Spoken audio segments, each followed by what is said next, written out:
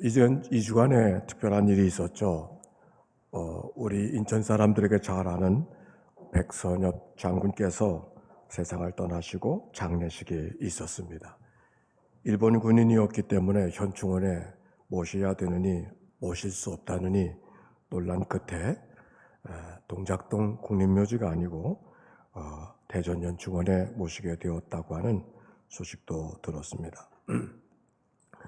인천에서 학창시절을 보낸 사람들은 그가 얼마나 대단한 사람인지 우리는 다 소문으로 알고 있습니다.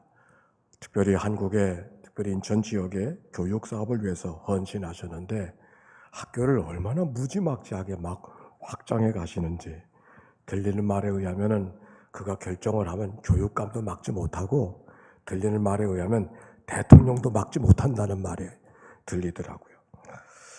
그 말이 무슨 말인가 이번에 그 일화를 알게 되었습니다. 일정이 끝나고 해방 후가 되었습니다. 군에서 좌익 인사들을 색출하는데 남로당 군 책임자가 바로 박정희 소령이었다고 합니다. 즉시 체포되었고 그의 죄가 중한고로 사형 언도가 내려졌습니다. 이제 열흘이 지나면 사형 언도가 내려졌기 때문에 사형 집행이 치러져야 될 그 시간에 마침 그 당시에 그 일을 책임지고 있던 대령 백선엽 대령이 그를 만나게 되었습니다. 백 대령을 만난 박소령께서 이렇게 말했답니다. 떨리는 목소리로, 한 번만 살려주십시오. 그런데 이상하게 백선엽 장군의 입에서 두 말 물어보지 않고 그럼 그렇게 해봅시다 그랬답니다. 정말 사형 집행 열흘 전에 이 만남이 백대령께서 노력을 해서 자기가 그를 보증서주기로 하고 그의 사형 집행이 중지가 되어져서 결국 사는 사람이 되었다 하는 얘기입니다. 백대령은 박소령보다도 나이가 3살이 어리답니다. 그리고 그 박소령은 평생 백형, 형님, 늘 아우를 형으로 불러가면서 평생 살았다고 하는 얘기를 이번에 들었습니다. 한 사람의 생명을 살려준 은혜가 얼마나 컸던가를 아마 생각했던 삶의 여정의 이야기로 여러분에게 같이 나누게 됐습니다. 오늘 성경에 있는 이야기 계속해서 로마서를 읽어가는데 로마서를 통하여 계속 증언되어지는 얘기가 뭐냐? 하나님이 우리를 죽은 자 가운데 살려주셨다는 거예요. 하나님이 우리를 죽은 자 가운데 살려주셨다는 거예요. 지난주일의 말씀 기억하나요? 로마서 8장 1절, 그러므로 이제 그리스도 예수 안에 있는 자에게는 결코 정죄함이 없나니 이는 그리스도 예수 안에 있는 생명의 성령의 법이 죄와 사망의 법에서 너를 해방하였습니다.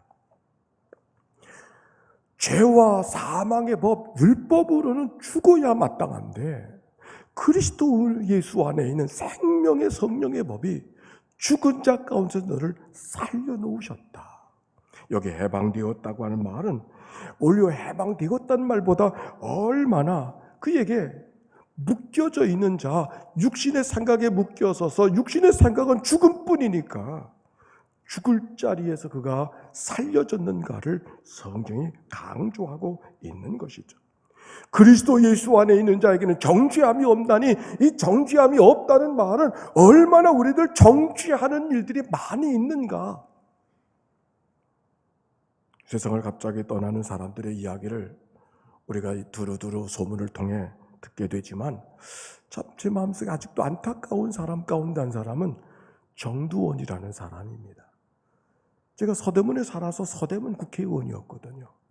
우리가 늘 만나면 얼마나 신앙적인 얘기를 많이 하는지. 장로교회 안수집사예요. 대강 예수 믿고 안수집사 되겠어요? 안수집사요. 그는 제주도 많은 사람이고 그리고 사람들이 인기가 있던 사람이었기 때문에 정치적인 경랑을 따라서 국회의원이 못 됐을 뿐이지 참 기대가 되는 사람이었는데 그가 오늘 세상을 떠나는 거예요. 참 아쉽고 안타까운 그런 마음이 들었습니다. 그가 교회 안에서 예배드릴 줄 아는 사람이었지만 육신의 생각을 벗어나지 못했구나. 육신의 생각에 가로잡혀 있으니까 그의 삶은 죽음일 수밖에 없는 그런 삶을 살아가게 됐구나.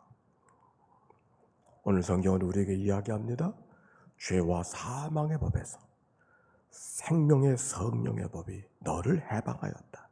오늘 우리 한 사람 한 사람을 해방시켜 주신 하나님의 은혜가 우리 안에 있음을 기억하고 믿음으로 살아가는 모두가 되시기를 바랍니다.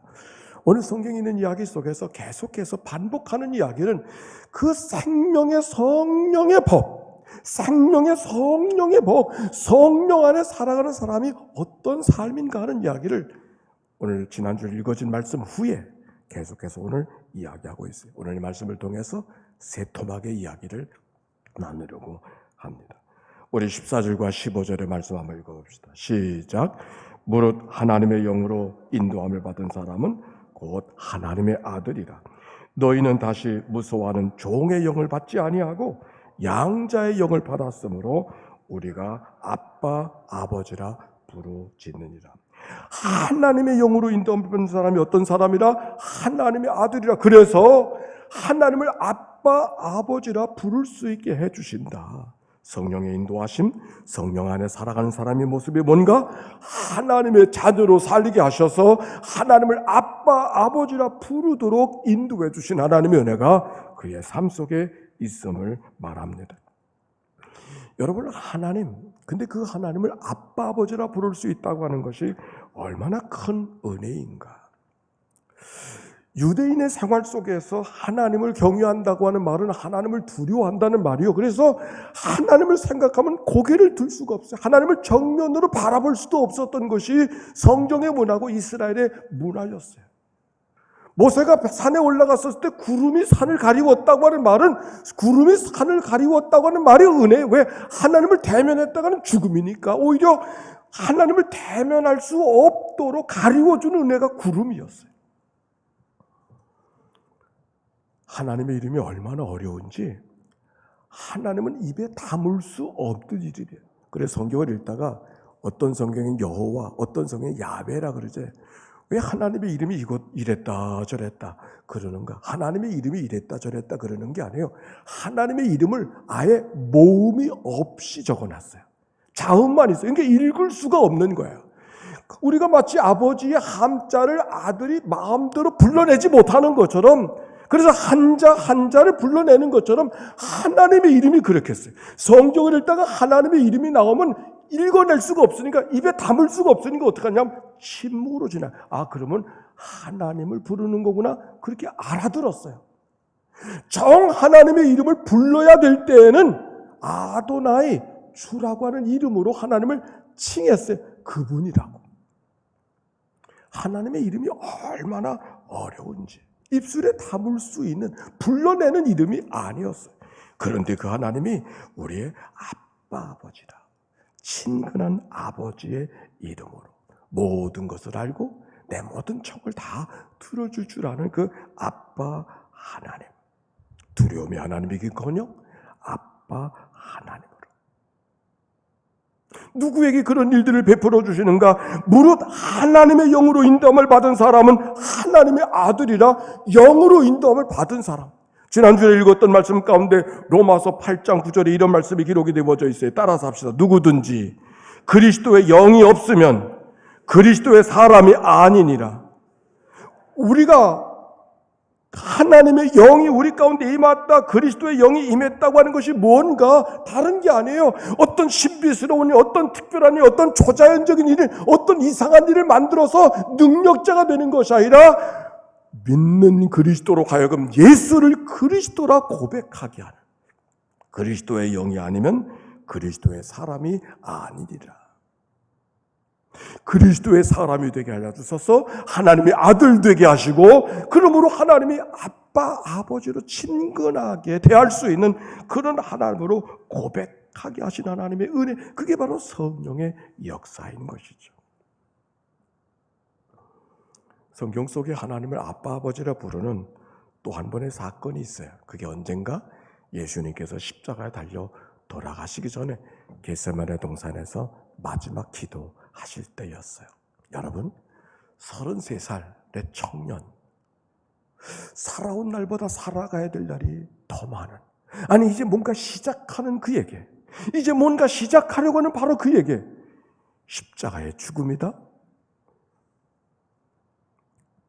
예수님이 사람의 몸을 입고 오셨다 그랬잖아요. 어떤 생각이 드셨을까? 두려움, 참혹함, 참담함, 이게 뭔가? 이런 생각이 예수님께 들지 않았겠어요? 겟세마네 동산에 엎드린 그가 하나님 앞에 이렇게 기도합니다. 아빠, 아버지요, 아버지엔 모든 것이 가능합니다. 할 수만 있거든 이 잔을 옮기시옵소서. 그러나 내 뜻대로 마옵시고 아버지의 원대로 하시옵소서. 아빠, 아버지요. 어떻게 이렇게 기도할 수 있을까?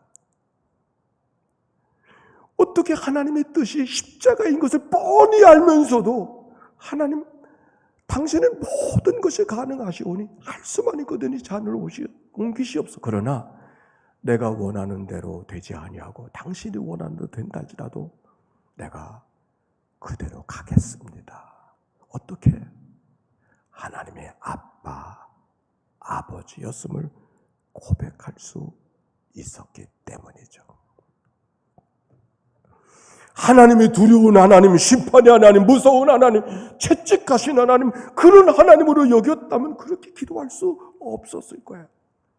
그러나 이래도 하나님 원하시는 거, 저래도 사랑의 하나님 안에서 있음을 고백하신 하나님, 예수 그리스도의 고백, 성령 하나님의 그 마음을 사로잡아 주실 때 아빠, 아버지와 더불어 살아가는 그 하나님의 은혜가 그분에게 있었듯이 오늘도 하나님의 세상을 살지만 하나님의 세상이 그저 하늘에 계신 하나님이 아니라 오늘도 나와 함께 하시고 내 모든 것을 알고 계시고 내 아픈 것을 알고 계시고 내 눈물을 알고 계시고 내 염려를 알고 계신 그 하나님, 친근하게 느껴지는, 고백되는 그런 믿음의 삶 모두에게 걸어가시기를 주님의 이름으로 축원합니다. 두 번째,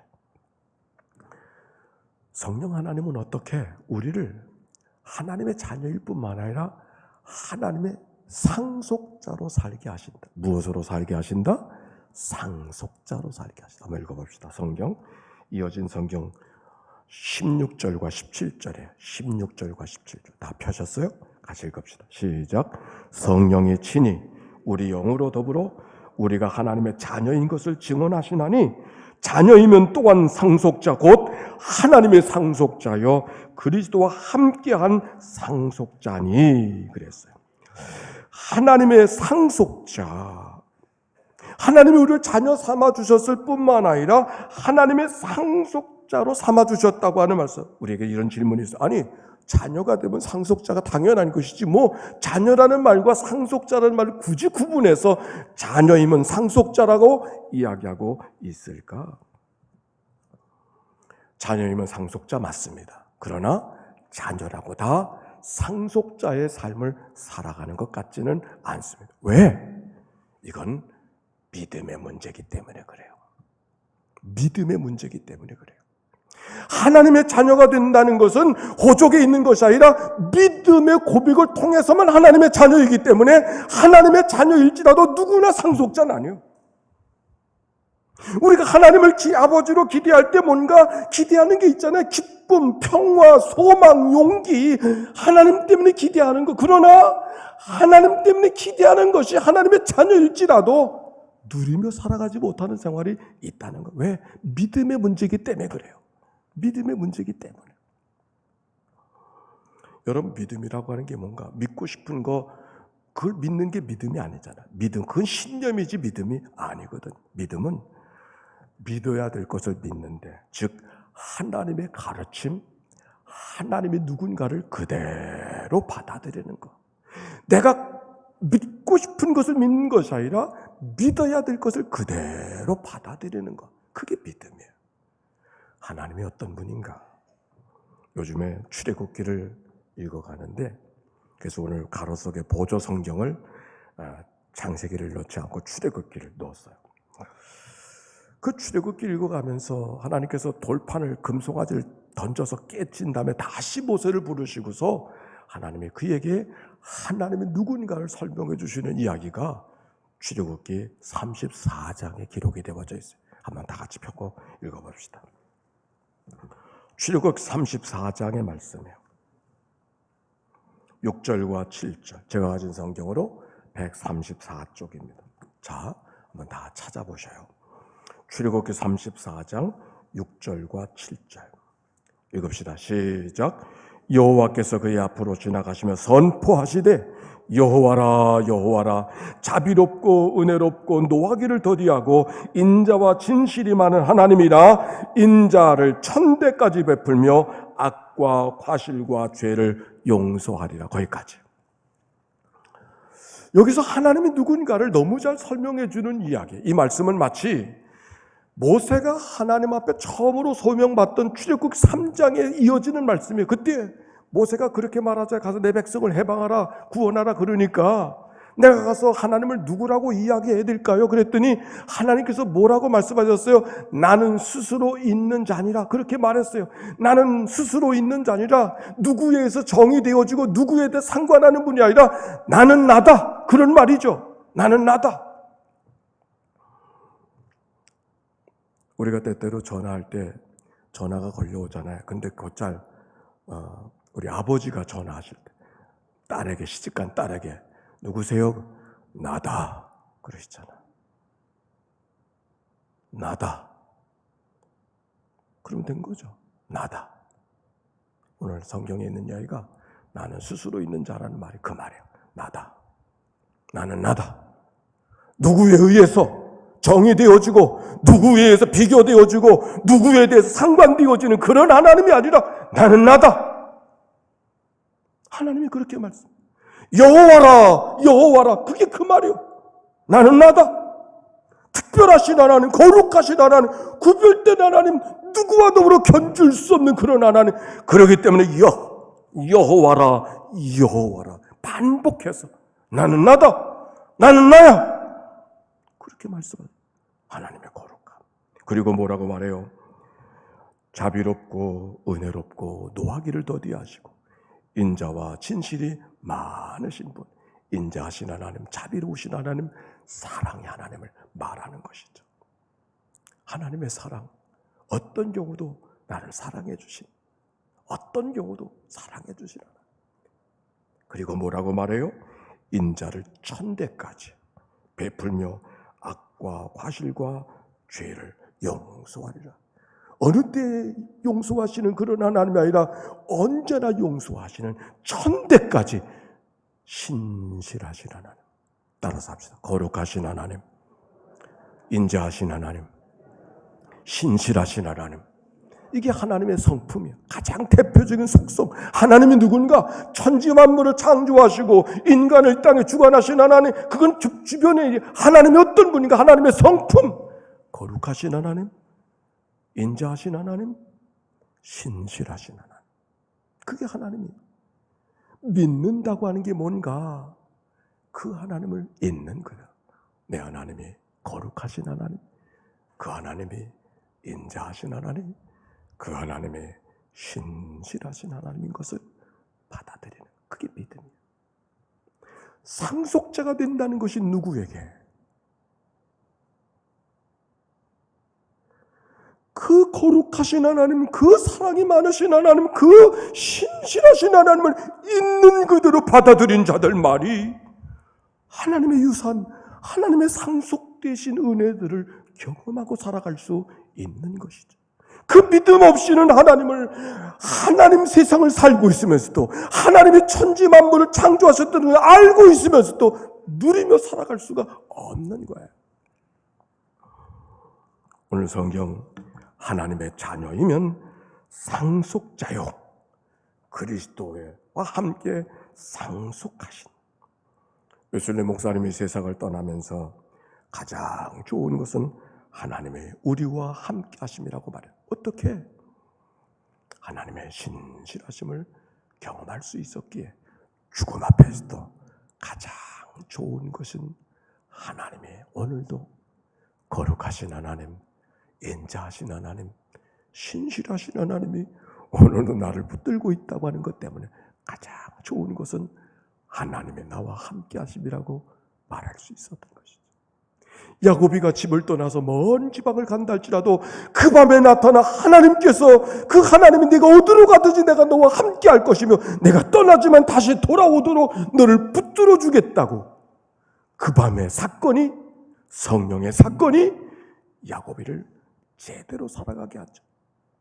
야곱의 삶은 보이는 것이 보고 싶은 대로 보여지지 않았고 원하는 것이 잡고 싶은 대로 잡혀지지 않았지만 아무것도 가진 게 없었지만 설레이는 마음을 금할 수 없는 하나님의 상속받은 자라는 믿음의 곱을 잃어버리지 않은 또 다른 삶을 살아갈 수 있었던 것은 그 밤에 꿈속에 나타난 성령의 역사가 그를 붙들어 주었기 때문인 것이죠.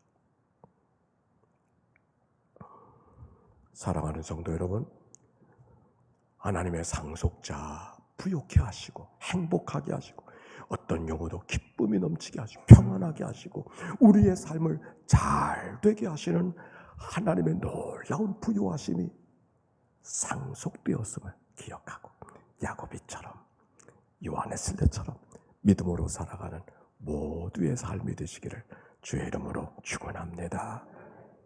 세 번째 17절 말씀 다시 한번 읽어봅시다. 17절 시작. 자녀이면 또한 상속자 곧 하나님의 상속자요 그리스도와 함께한 상속자니 우리가 그와 함께 영광을 받기 위하여 고난도 함께 받아야 할 것이니. 다시 로마서로 갔어요. 지금 로마서 8장 17절 따라서 합시다. 우리가 그와 함께 영광을 받기 위하여 고난도 함께 받아야 하느니라. 이게 무슨 말인가? 아니 영광을 주실 거면 영광을 주시고 부욕해 하실 거면 부욕해 하실 것이지 고난을 받아야 된다고 하는 게 뭔가? 무엇이? 성령의 역사가 우리를 고난도 받게 하신다. 사실 이 말씀이 그렇게 어려운 말씀이 아니에요. 적어도 자녀를 키우고 건강하게 믿음의 삶을 살아가는 사람들에게는 이 말은 그렇게 어려운 말이 아니에요. 한번 생각해 보세요. 우리가 자녀들을 키워가면서 자녀들이 자기가 태어난 자녀가 막 자라나기를 원하는 부모가 있나요? 제멋대로 자라기를 원하는 부모가 있나요? 되먹은 대로 살라고 그렇게 기대하는 부모가 있나요? 뭔가 다르게 살기를 원하잖아요. 뭔가 제대로 살기를 원하잖아요. 세상은 어차피 어려운 인생이고 그것을 잘 이기며 살아가는 삶이 되기를 원하지 않나요? 자유다. 내 멋대로 살아라. 막되어 살아가라. 그런 부모가 어디 있어요? 아이를 귀하게 여기면 여길수록 훈련하고 여기면 여길수록 남다르게 키우고 싶은 마음이 부모의 마음이잖아요. 하나님 마음이 그런 거죠. 영광 없는 고난이 아니고 영광을 받아야 되지만 영광이 약속되어져 있지만 고난도 받아야 된다고 오늘 성경이 그렇게 말하고 있습니다. 경주자가 상 얻기를 원하면서 띠만 둘렀다고 상을 받나요? 연습하고 훈련하고 살아가야 되는 것이죠. 강한 군사가 군복만 입었다고 강한 군사가 되나요? 훈련이 되어야 강한 군사가 되는 것이죠. 영광을 받기 위하여 고난도 받아야 된다. 여러분, 좋은 교회라고 하는 것이 아름다운 예배당이 있다고 좋은 교회 아니에요. 사람들이 많이 모였다고 끌끌한 사람 모였다고 좋은 교회 아니에요. 좋은 교회, 나를 훈련시켜 줄 수 있는 교회가 되어요. 나를 깨우게 하고 나를 무릎 꿇게 만들고 나를 하나님 앞에 헌신하게 만들어주는 그런 도전과 그런 책임과 그런 것들이 우리 가운데 주어졌을 때 그게 좋은 교회가 되는 것입니다. 영광을 받기 위하여 고난도 받아야 될 것입니다. 기쁨이 있지만 눈물도 있어야 된다는 말이에요. 영광도 있지만 고난을 통해서 얻어지는 거라고 하는 말씀이에요. 은혜가 있지만 시련이 있어야 된다고 하는 말씀인 것이죠. 사실 이 말씀은 이미 로마서 7장을 읽어가면서 바울의 탄식에서 나누었던 이야기입니다. 바울이 탄식했습니다. 내가 행하는 것을 내가 알지 못하는 거라. 아니, 자기가 행하는 것을 자기가 모르면 누가 알아? 바울이 얼마나 답답하면 그러겠어요. 내가 원하는 것을 행하지 않고 도리어 원하지 않고 미워하는 것, 싫어하는 것을 행하는 것이 내 모습이라. 마음은 그렇지 않았는데 막상 상황이 닥쳐보면 내가 원하는 내가 아닌 거예요. 그게 바울의 마음인 거예요. 그래서 내가 선을 행하는 것을 행하지 않고 도리어 악을 행하는 것, 그렇게 싫은 모습이 내 안에서 드러나게 되어지는 그 모습들. 어라 나는 곤고한 사람이로다. 누가 이 사망의 몸에서 나를 건져내랴.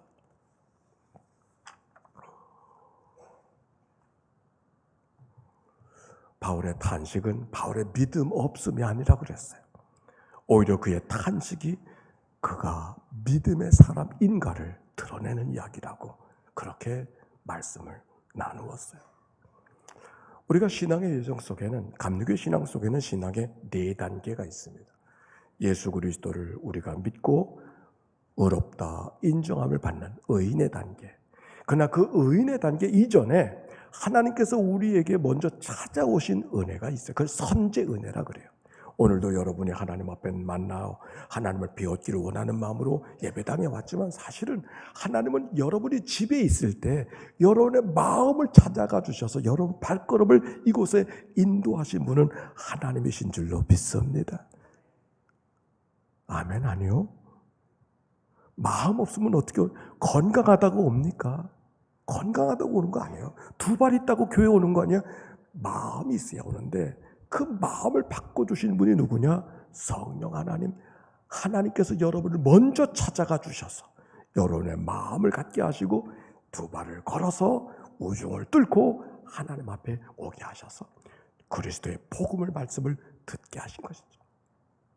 선제 은혜, 의인의 단계, 믿음으로 반응했어요. 그 다음에 무슨 단계?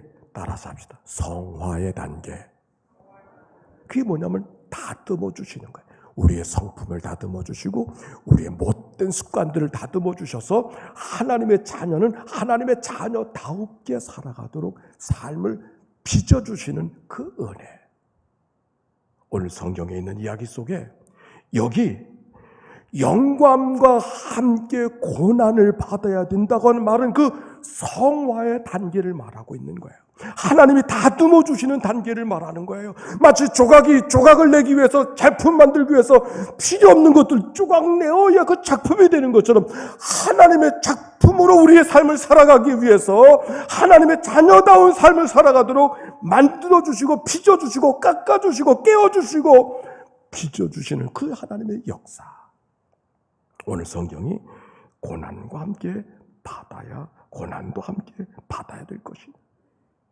그래서 그 다음 절에 뭐라고 말해요? 고난이 아무리 크다 할지라도 영광과 좋게 비교할 수 없도다.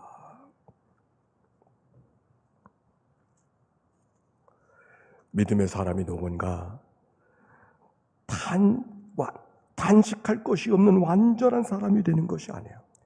오히려 내 안에 못된 습관이 있고 내 안에 못된 소욕이 있는 것을 알고 내가 죄인인 것을 인정하면서도 죄 가운데 내 삶을 던지려고 하지 아니하고 오히려 떨어져서 하나님 앞에 다가서려고 하는 그 마음들, 탄식하는 마음으로 주께 바라보는 그 마음, 넘어진 자리에서 고개를 하나님께 쳐들 수 있는 그 마음, 그게 바로 믿음의 삶의 모습인 것이죠.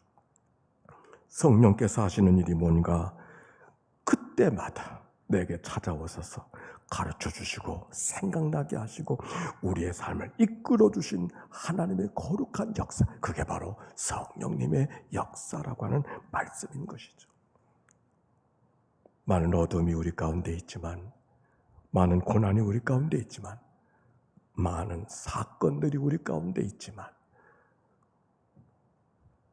그때마다 우리 안에 찾아오셔서 우리를 나락으로 떨어지지 않게 하시고 마음을 고양시키셔서 하나님께로 향하여 한 걸음 한 걸음 나아가게 하시는 그 성령님의 역사가 오늘도 예배의 자리를 여러분을 인도해 주셨듯이 하나님의 영광의 자리까지 인도해 주신 하나님의 거룩한 역사가 모두에게 임하게 되실 줄로 믿습니다.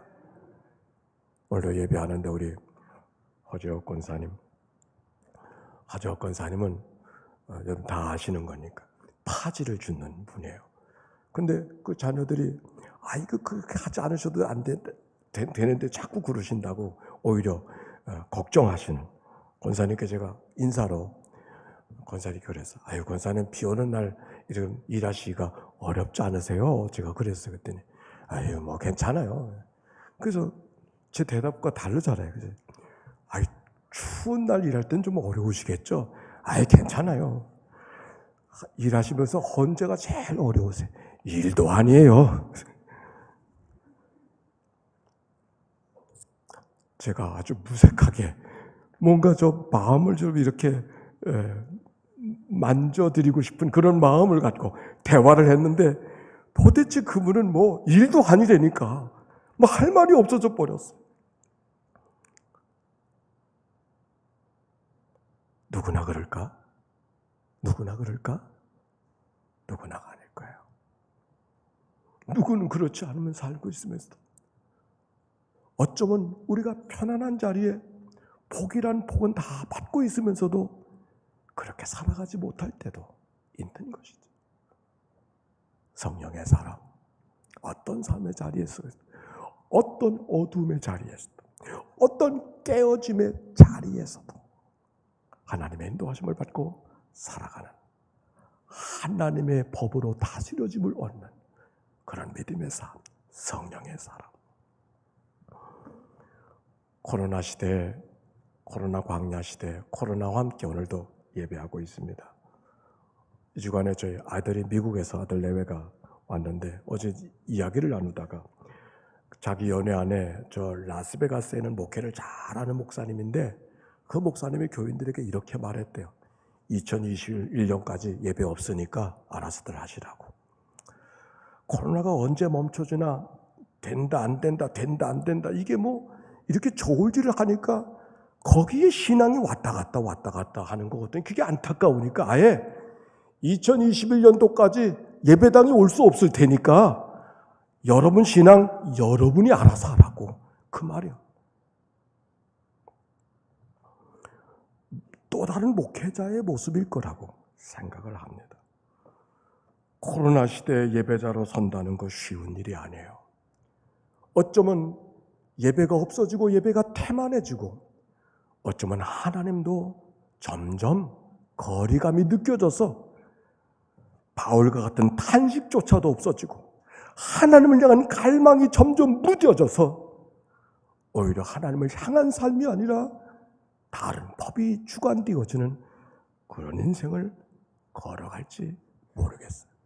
그러나 다행한 것은 성령께서 우리가 어느 곳에 있든지 우리의 삶을 이끌어 가신 하나님의 은혜가 나를 도우시는 은혜 가운데 있음을 기억하고 성령 하나님을 구하고 도움을 구하며 믿음으로 걸어가는 그런 은혜가 있게 되기를 바랍니다.